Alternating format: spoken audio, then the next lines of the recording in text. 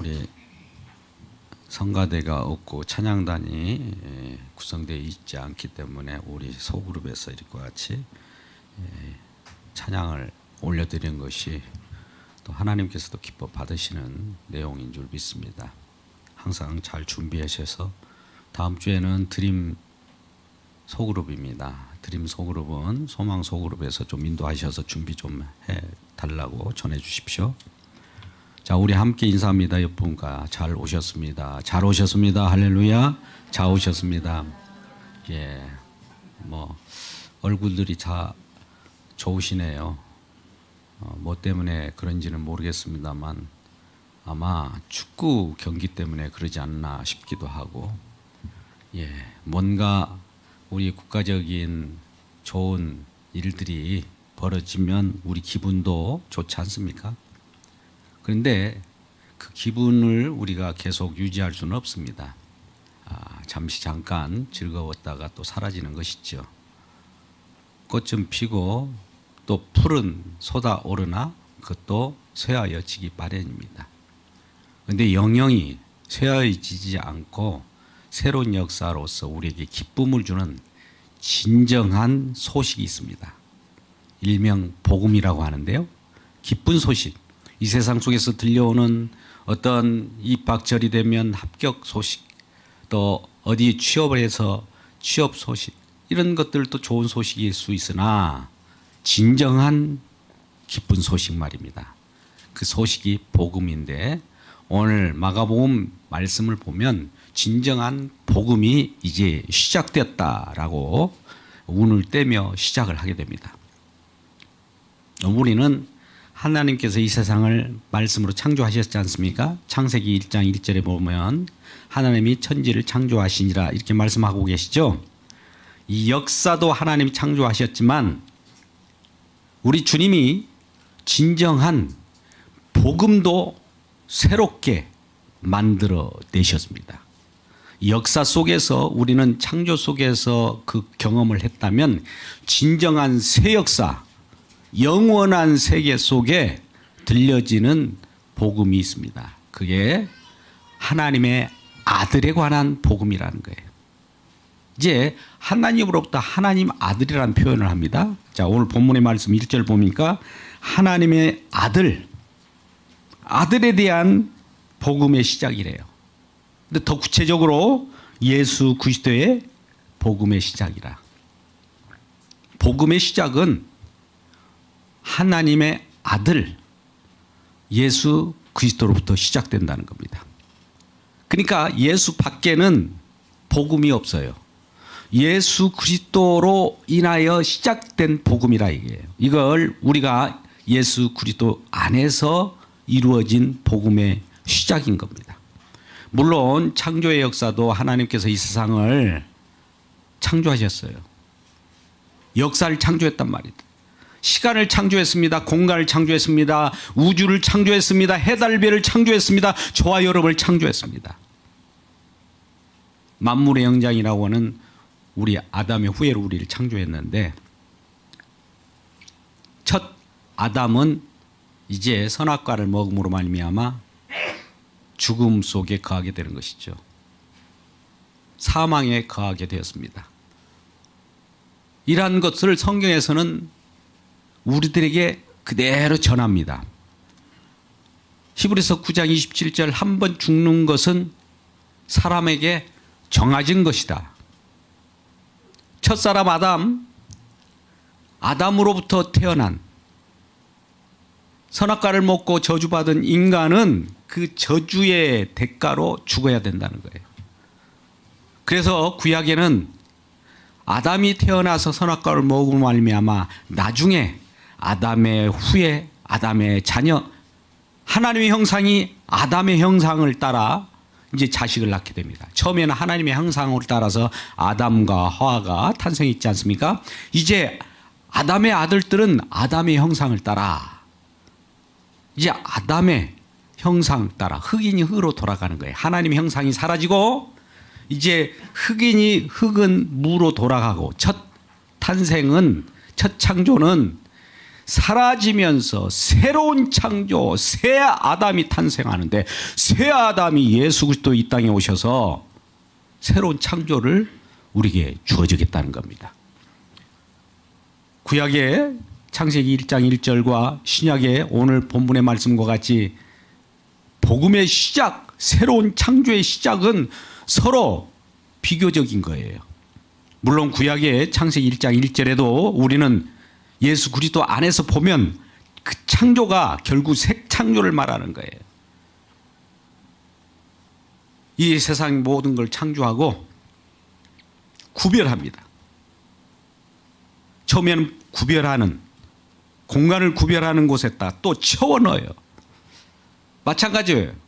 새 창조도 예수 그리스도께서 이 땅에 진정한 하나님의 그 뜻을 알고 예수 그리스도를 믿는 믿음 안에 있는 자들은 새로운 영원한 세계 속에 천국, 그러지 않는 자는 새로운 심판 속에 있는 그 영벌이라고 하는 이 구분된 영역을 만들어 놓고 그 속에 채워넣습니다.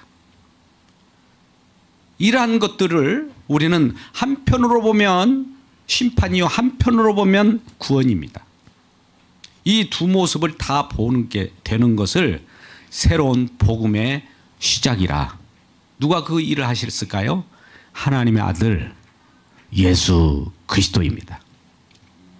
근데 예수 그리스도께서 이 땅에 오시기 전에 이러한 예수 그리스도 하나님의 아들의 복음을 알리는 정지 작업을 하게 되는 분이 있죠. 우리는 건물을 지으려면 땅을 평평하게 해야 합니다. 울퉁불퉁한 것을 골라야 합니다. 우리 이 박펜철로를 오다 보니까 여러 꽃도 심고 주차장도 만들고 이것저것 지금 정지 작업을 많이 하더라고요. 거기에다 새로운 건물도 짓고 또 주차장도 요즘에는 전기 자동차가 있기 때문에 전기 충전 시설을 만드는 것 같아요. 뭔가 정지 작업을 새로운 시작을 알리려고 하면 뭔가 기존의 것들을 회파시켜야 돼요. 기존에 있는 데다가 뭔가 얹으면 다 무너지죠. 그래서 광야에 외치는 자의 소리를 우리가 듣게 될 것이다. 이미 이사야 선지자를 통해서 구약에 예언된 말씀입니다. 우리 구약 이사야 선지자가 말씀한 이사야 40장 3절에서 8절 말씀을 한번 볼까요? 이사야 선지자가 말한 이사야 40장 3절에서 8절 말씀 우리가 읽게 됐는데요. 한번 같이 읽어보시죠. 시작. 외치는 자를 소이여 이르되 너희는 광야에서 여호와의 길을 예비하라. 사막에서 우리 하나님의 대로를 평탄하게 하라. 골짜기마다 도두어지리지라. 산마다 언덕마다 낮아지며 고르지 아니한 곳이 평탄하게 되며 험한 곳이 평지가 될 것이요 여호와의 영광이 나타나고 모든 육체가 그것을 함께 보리라. 이는 여호와의 입이 말씀하셨느니라. 말하는 자를 소여 이르되 외치라. 대답하여 내가 무엇을 외치리까 하니 이르되 모든 육체는 풀이요 모든 아름다움은 들의 꽃과 같으니 풀은 마르고 꽃은 시드나 여호와의 기운이 그 위에 불리라. 이 백성은 실로 풀이로다. 풀은 마르고 꽃은 시드나 우리 하나님의 말씀은 영영이 서리라 하라. 아멘. 이사야 선지자를 통해서 외치라는 거예요. 외치는 그 내용을 보니까 이 세상 많은 것은 풀과 같고 그 영광이 꽃과 같아서 여호와의 기운이 불면은 이제 쇠하여진다는 거예요. 이 첫 창조의 내용들은 다 사그라진다는 거예요. 점점 사그라져요. 우리는 제가 베드로전서 3장 7절 말씀을 볼 때마다 마음이 좀 아프기도 해요. 눈에 보이는 이 세상이 장차 방금 마른 풀처럼 여호와의 기운으로 인해 가지고 이제 쇠하여져서 잠시 보존했다가 이 보존도 멸망하기 위하여 잠깐 보존하고 있다는 거예요. 일정한 시기까지만 딱 우리 모든 사람들이 이 세상 속에서 존재하다가 새로운 창조 세계로 넘어가고 거기서 탈락된 자는 영원히 이 세상이 멸할 때 같이 멸하여진다는 말씀이에요. 그때 오늘 본문의 말씀처럼 이사야 40장 3절에서 8절 말씀처럼 풀과 같이 쇠하여진다. 하나님의 임으로 모든 일을 행하는 거예요. 이 세상을 창조하신 것도 거둬들인 것도 하나님이 하시는 거예요. 우리는 그것이 아깝다. 하나님 어찌 뭐하려고 그러면 멸하려고 창조하셨습니까? 이렇게 하나님께 따져 물을 수도 있지만 따져 물은 것보다도 더 좋은 세계를 만들어서 우리를 처음에 창조된 세계 속에서 그쪽으로 옮겨가는 그 작업을 하시는 시작을 알리는 복음의 시작이라 이 말씀이에요. 근데 그러한 내용을 구약 선지자 이사야를 통해서 말했고 이 입이 어디로 또 옮겨집니까? 엘리야에게 옮겨져요. 엘리야에게 옮겨지는데요.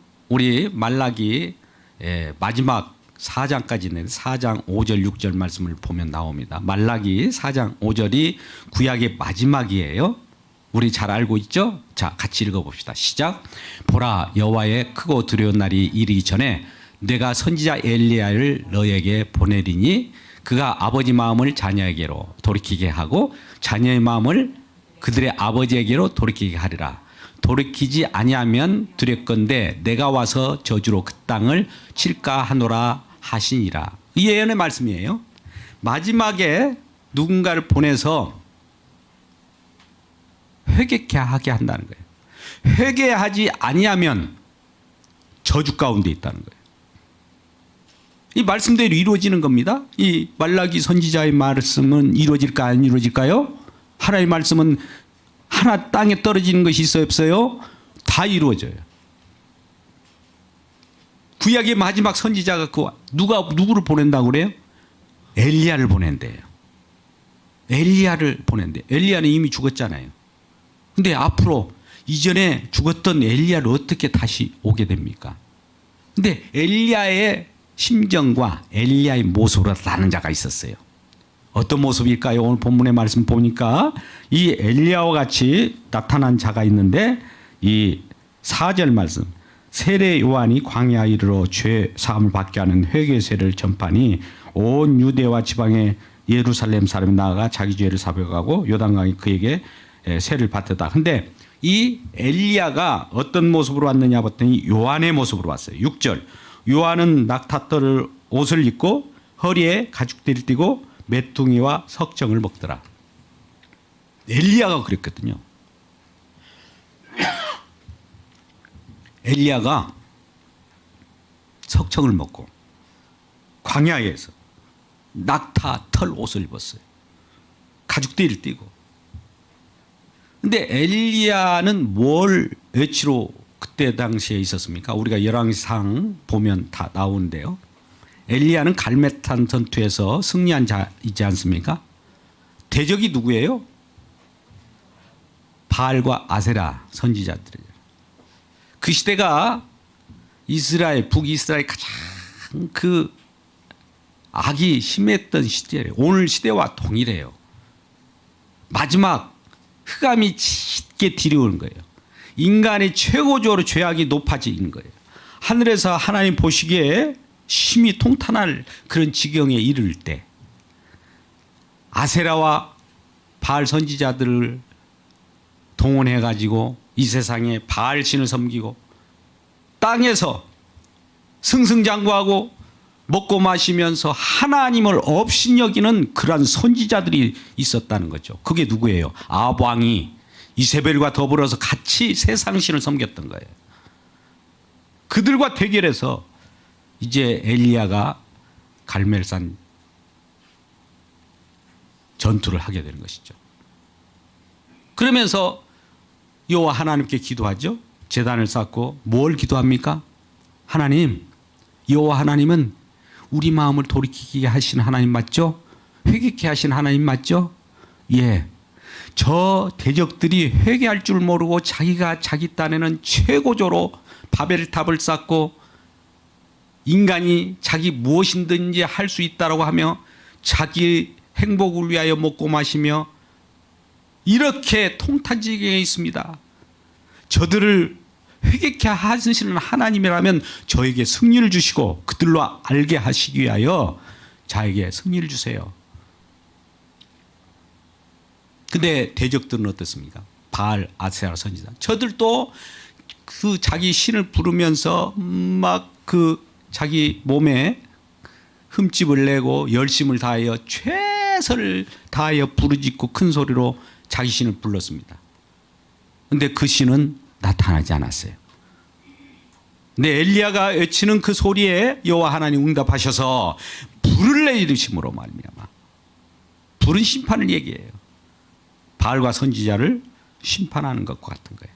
그러면 엘리야가 그 바알과 선지자 전투에서 승리했으니까 엘리야의 그 여호와 하나님께서 승리를 안겨준 거예요. 여호와의 승리지 않습니까?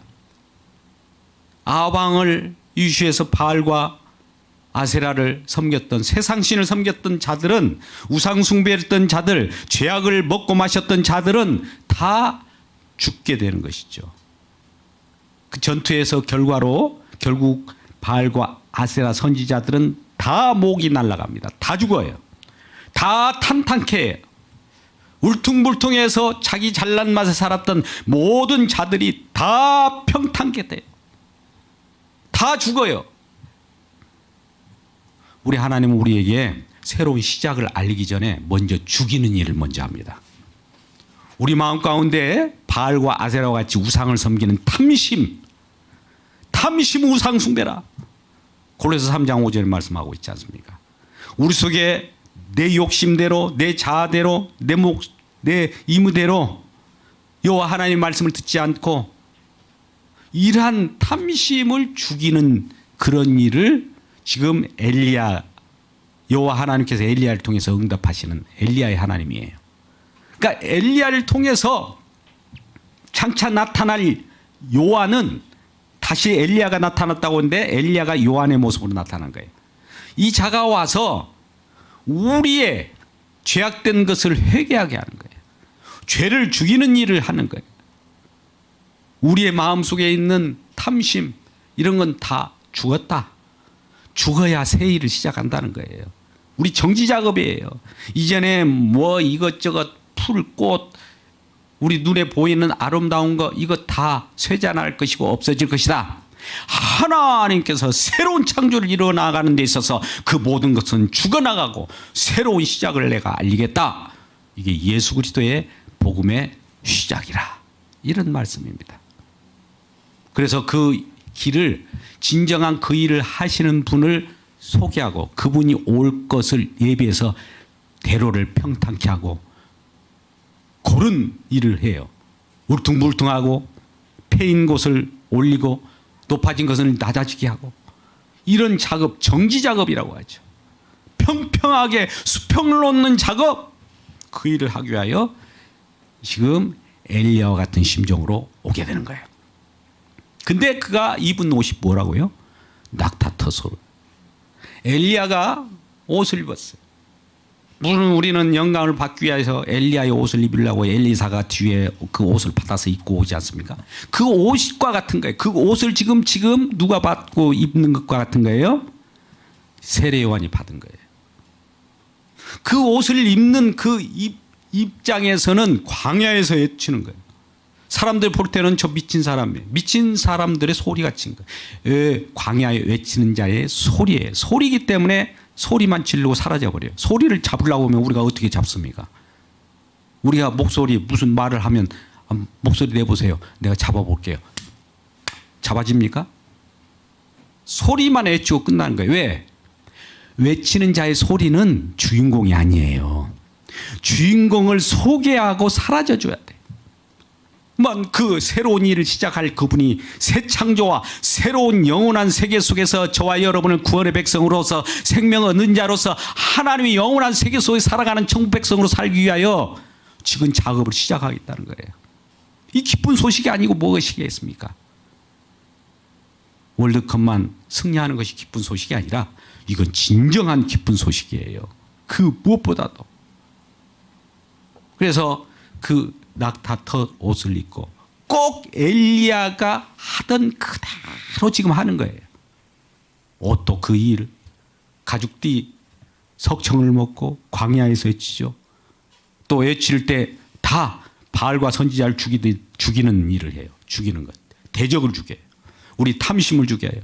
이 죽이는 작업이 뭐냐? 물세례라는 거예요. 세례를 줘요. 세례 요한에 와서 세례를 주는 것은 너 죽은 자야. 세례를 주는 것은 너 죽은 자야. 왜요? 죽은 자라고 무리는 없어집니까? 아니에요. 새롭게 시작하려고 죽는 거예요. 우리 주님이 주시는 세례는 우리가 받아야 됩니다.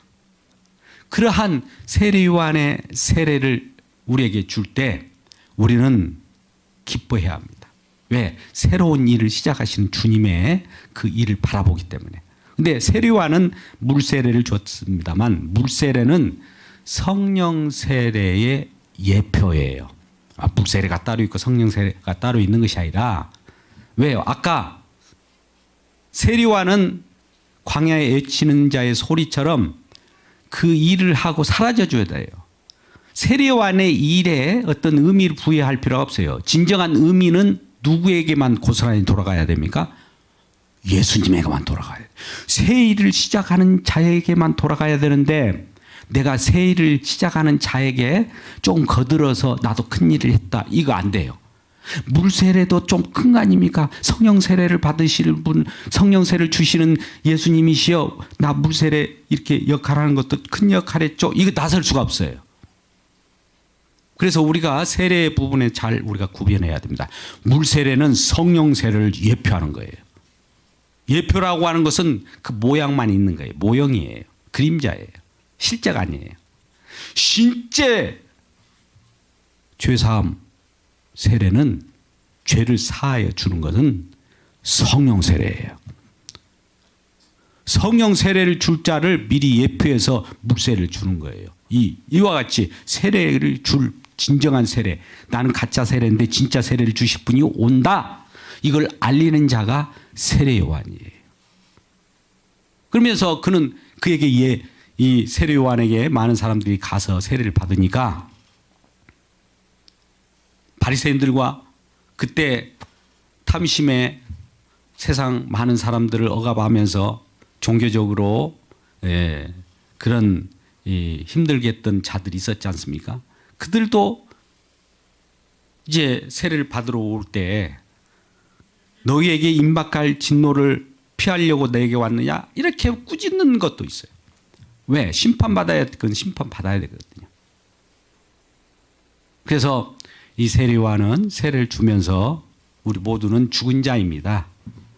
죽은 자라는 것은 첫 아담으로 인하여 선악과를 먹고 마심으로 아까 한 번 죽는 것은 사람에게 정하신 것이요. 이 정하신 것을 알고 왔습니다. 나인 죄인 맞습니다. 이 고백하는 자들을 표하는 표를 줄 때 회개의 세례입니다. 이 세례를 우리가 알고 있을 때 성령께서는 그러한 자들에게 성령 세례를 통해서 죄사함을 줘요. 죄사함을. 죄를 대신 주님께서 짊어지고 우리 죄를 대신 가져감으로 말미암아 새로 거듭 탄생한 자가 생기는 거예요. 우리는 요한복음 3장 이하의 말씀 속에서 물과 성령으로 거듭나지 아니하면 하나님 나라에 들어갈 수 없고 볼 수도 없다고 해요. 그러면 우리는 성령 세례를 통해서 하나님 나라에 들어가는 거예요. 주님께서 우리에게 죄사함을 세례를 줘야 되는 거예요. 죄사함을 세례를 주기 위하여 우리 주님께서 새 일을 시작한다는 거예요. 이전에 높아졌던 탐심, 기고만장했던 우리의 마음, 많은 사람들을 억압했던 그러한 교만한 태도가 죽어져야 교회는 이러한 모든 것이 하나로 높고 낮음이 없이 우리 예수 그리스도 은혜로만 오롯이 존재하는 교회의 시작이기도 하는 겁니다. 그래서 이와 같이 말씀합니다. 이 7절 그가 전파하여 이르되 나보다 능력 많으시니까 내 뒤에 오시나니 나는 굽혀 그의 신발끈을 풀기도 감당하지 못하겠노라. 나는 너에게 물로 세례를 베풀거니와 그는 너에게 성령으로 세례를 베푸시리라. 이 말씀을 세례요한은 물세례를 주지만 이 물세례에 내가 주는 나의 공로는 아무 의미가 없어. 나는 쇠하여야 돼. 성령 세례 주시는 그분이 진짜야. 그분은 흥하여야 돼.